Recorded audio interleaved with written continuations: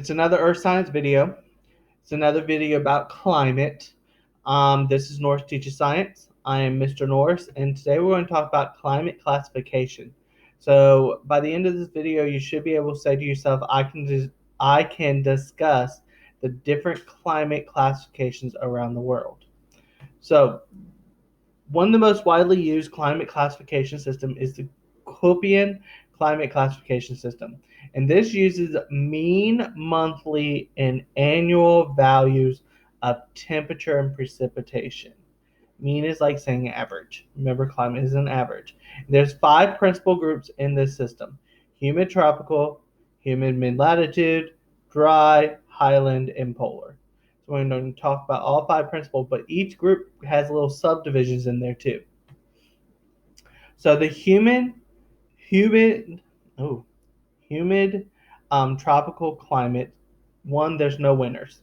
It's about warm year round, hence tropical. The monthly average temperature is above 18 degrees Celsius, or that's 64.5 degrees Fahrenheit. And precipitation can exceed 200 centimeters per year. And there's 2 types. You have your wet tropical and your tropical wet and dry. You can kind of look at these and figure out what they are, but let's talk about them. Wet tropical means there's going to be high temperature and high annual precipitation. You can see in the picture this is kind of what a wet tropical climate would look like.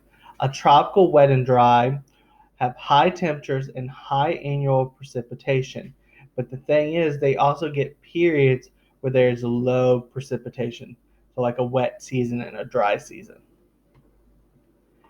The next one is humid mid-latitude climates with mild winters.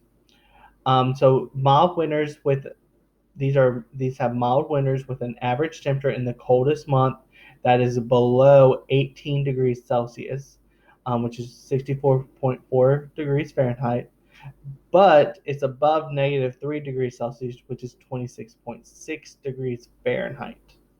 Kind of think about where you live, if that would fit in with where you live. There are 3 types or 3 subsections of it: humid subtropical, marine west coast, and dry summer subtropical. So, humid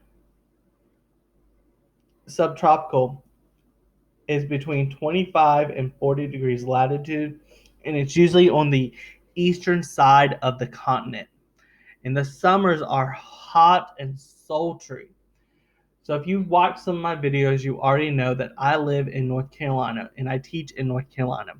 North Carolina's climate is a humid subtropical.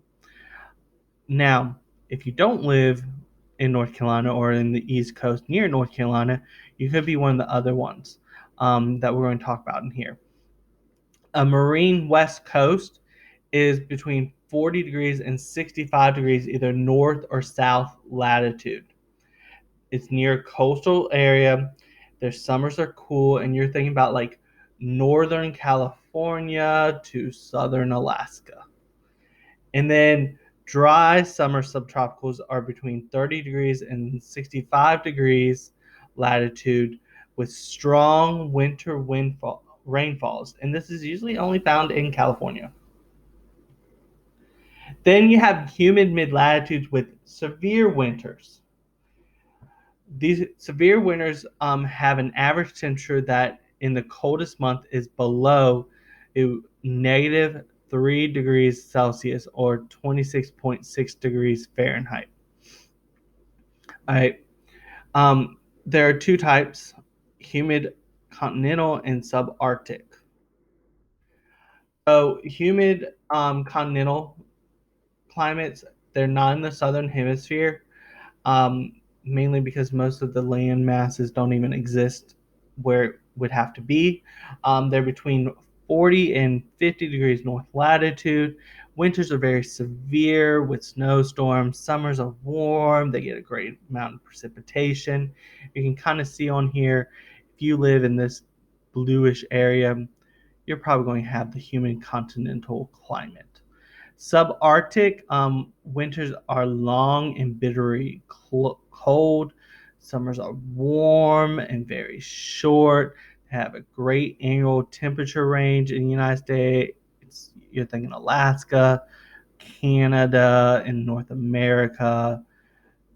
Bunch of other places over in Europe. Don't ask me. I'm not good with geography. Not my best subject in school. Dry climates, what happens here is the annual precipitation is lower than the amount of evaporation, means more water is leaving the area than water that comes in. And you can think of two types. Arid or desert places are called dry climates, or semi-arid or steppes are another one. And they're a transition zone between the desert and the humid climates nearby. Highland climate, cooler and wetter than nearby areas at lower elevations. That's some more of the highland climates. I think of Scotland when I think of this. Um, and then you have polar climates. Those have an average temperature of the warmest months below 10 degrees Celsius in the warmest month. I would hate living in these climates. I like living in North Carolina, but to be honest, I don't like the cold winters. Um, polar climates get little precipitation that falls. Their winters are extremely cold. Their summers are cool. You're talking about like tundras and ice caps. Tundras are treeless regions. They're mostly composed of like mosses, shrubs, and herbs. It's in the northern hemisphere exclusively because they're just not landmass in the correct areas to have a tundra-like climate in the southern hemisphere. Ice caps, they have a monthly average temperature below 0 degrees Celsius or 32 degrees Fahrenheit. Why would that be? Well, that's the freezing point of water. So if you're going to have ice, you got to be below the freezing point. And it's usually covered in permanent ice and snow. And those are some climates around the world. Think of places that you've seen. What climate would they fall under? Go research it, figure it out.